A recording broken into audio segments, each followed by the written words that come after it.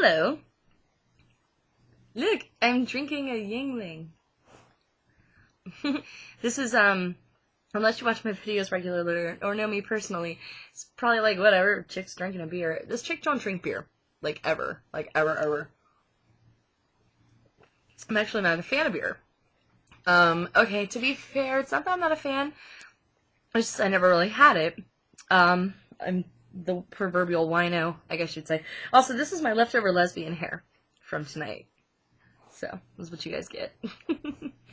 Anyway, but I was driving home tonight thinking, I should do a video. I don't know what to talk about, which is dumb because I always have something to talk about. And while thinking of a subject, I'm like, I should stop and get beer. Why? I don't drink beer, but I should. Something's telling me to stop and drink and get beer, to take home and have a beer tonight. And when things like that happen, I tend to sort of go with them. I have found that there are signs in life, and things just randomly happen that you don't expect, and sometimes you should just listen to yourself. There was this not-so-great Matthew Perry movie that I can't remember the name of. Fools Rush In. I just remembered the name of it. Hey, beer is magic. And, at one point, he's talking to a priest about fate, and the priest is like, don't leave it all to fate, laddie. She's got a lot to deal with. So, terrible accent right there. I can do better. Anyway, so that just got me thinking. It's like, yeah, that's kind of true. You can't leave everything to fate. However, I do think certain things are destined, and you can believe that or not believe it. Either way is fine. This is totally your bag. It's totally my bag. So, in any case of this bag, so I stopped and got beer, and I am enjoying it, and it's lovely tasting, and for my friends not in Pennsylvania, suckers, the Yingling's awesome. And their cleavage, why not? It's funny because I'm also listening to a musical right now called If Then, and I've kind of gotten like a little emotionally attached to it. It's one of those shows, half the songs I love, and the other half I'm like, skip, which, it's not fair to the singers, but they're okay. They're just not, like, the most amazing songs ever. However, if you have listened to it, or if you're thinking about it, Some Other Me, oh my god, holy shit, best song on there. And also, Starting Over, because it sounds kind of like an Irish 80s song, and I don't know why, but it does. Am I always starting over in a brand new story? Anyway, but it's fantastic. And I can do it way better when I'm not trying to be sort of quiet for my neighbors. Anyway, good musical. I have not seen it. Ruby and I were actually talking about seeing it in New York, but we didn't get to New York this year. But the synopsis for it was so funny. It was like literally one of those recently divorced Beth moved to New York. It's just one of those weird synopsises when you read it. Anyway, I'm all over the place. But the musical centers on the fact that if Elizabeth chooses this... Excuse me, I just burped on camera. I'm a classy dame. Elizabeth moves to the city, and the whole thing is about if she had made this choice or if she had made this choice then. If then. Get it? So one story tells if she had gone with her friend Lucas to a rally, and the other one is if she had stayed in the park with her friend Kate.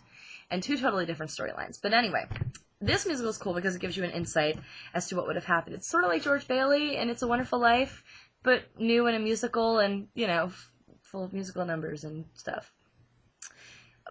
Side note, Wonderful Life, one of my favorite films in the verse. Just saying.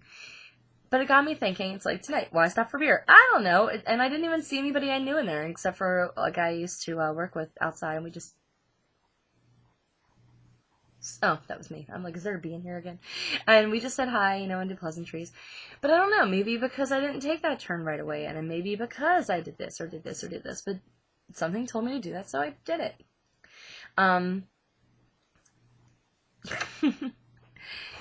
And weird things happen, and sometimes they're wonderful things that happen. I've met the my boyfriend that I'm with now, that I've been with for a year and a half, and I met him because I saw him in a video of, ironically, someone I was seeing at the time, and I was like, oh, that guy seems funny, I should meet him. And then at a con, at MagFest, yay! I met him, and we went out for drinks, and that was purely all it was supposed to be, and then we just, yeah. A year and a half later. And honestly, it was just like, let's go for drinks because you seem cool. Something told me to do that, you know? And it was for absolutely no romantic reason whatsoever. It was just this seems like a good thing to do tonight, is just go and get drinks or something. And so I did. And my life changed completely. So, I don't know. There's really not much point to this video other than say that if you have a gut feeling, or if you have any kind of feeling going like, maybe you should be doing this, maybe you should. Maybe we should listen to those little voices and feelings all around us somewhere saying, listen to me, and stuff.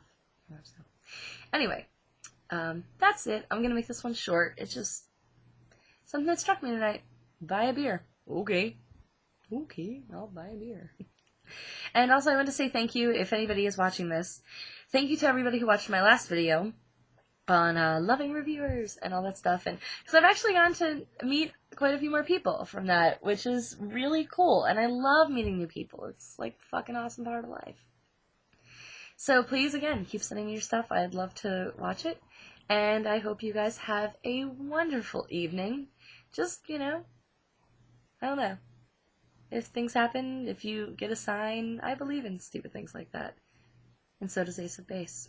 I saw the sign, and it opened up my eyes. I saw the sign. I can't help it. That Ace of Base forever. And I'm in 9th grade again.